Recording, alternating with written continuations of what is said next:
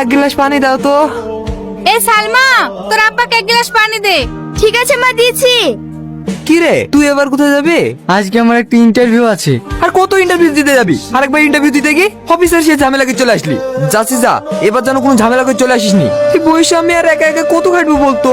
লে আব্বা, ছেলেটা শাহিদ করে ইন্টারভিউ দিতে যাচ্ছে, আর তুমি এইভাবে বকছো কেন বলো তো? এই বাবু যা, ভালো করে ইন্টারভিউ দিবি। ঠিক আছে মা। রেজাল্টটা দেখছি ভালোই, কিন্তু রেজাল্ট ভালো হলেই তো হবে না। তাহলে কি করতে হবে স্যার? চাকরি পেতে হলে অনেকের মুখ বন্ধ করতে হবে, তার জন্য এটা প্রয়োজন।